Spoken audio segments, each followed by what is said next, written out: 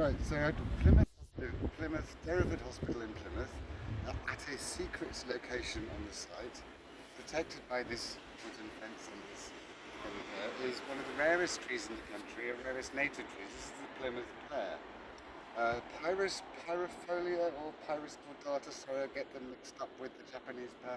It's one of those, Pyrus pyrifolia, Pyrus cordata, sorry, I forgot. But we have one of these, and there's one here, and there's only 40 of them in the country. They live along the Bay of Biscay in northern France, southern France, and northern Spain, a few. And then here in Britain we only have a tiny proportion of them around Plymouth and Truro. So we've asked the Derriford Hospital are like this, the Woodland Trust are in charge of it. So we've contacted the Woodland Trust and asked if could we get a graft or take some pollen or something so we could populate more. And they haven't even bothered getting back to us. Some conservation area organisation they are.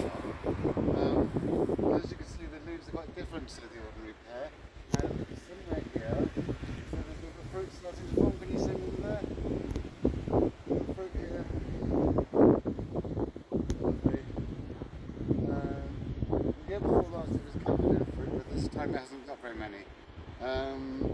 But we shall make further attempts to contact the Woodland Trust, and hopefully eventually they will bother to answer us. And all we need is like a little branch in the winter, one of these little branches. We can graft it onto a wild pear, and we know that this one isn't related to our one. And then they'd be able to pollinate each other, and they'd be able to start a colony further up the Tamar Valley where we are.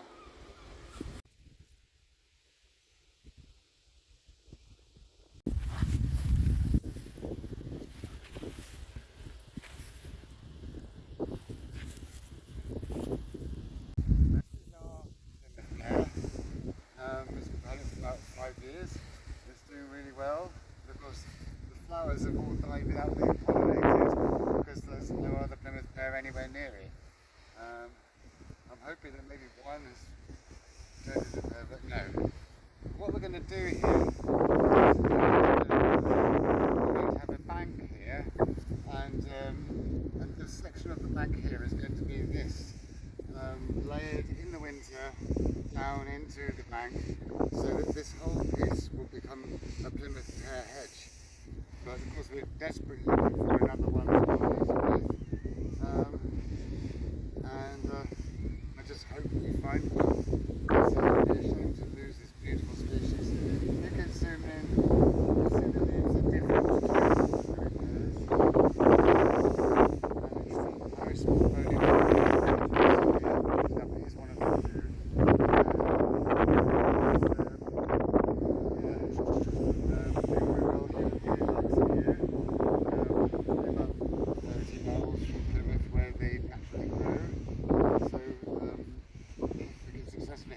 We're exchanging of names with rare plants.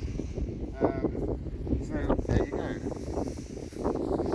Top of the Plymouth pear leaves. This is like so. Reddish shoots and quite sort of a bit speckledy sort of quite interesting texture to the leaves like that. As this is the ordinary wild pear, Pyrus communis. So the leaves are kind of pointy and not quite as textured, and they haven't got the. Well, they do differ a bit, but they don't seem to have the red. Yeah. Ouch!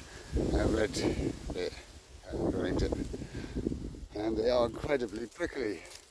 Ow! Not made any easier because they've got dog rose growing up them, which is still coming out. It's really nice. Rosa canina. They're like climbing, they grow everywhere. But there, that's the common pear. Has it got any fruit this year? Last year it had fruit for the first time ever. Got quite a lot of them. Can't see any, but they are kind of really small and difficult to spot until they're ready. It's quite tall. Most of the cultivated pears, like this one, which is Berry Alexander Lucas, it's lovely fruit. You see the leaves are very similar to the wild pear because they basically are Pyrus communis, the same as the wild pear. Most cultivated pears are all Pyrus communist, except for the Asian pear or Japanese pear. You see they have these little round fruits like a bit like apples. So there's a little one there. And then they have these big round leaves. And these are a totally different type of pear.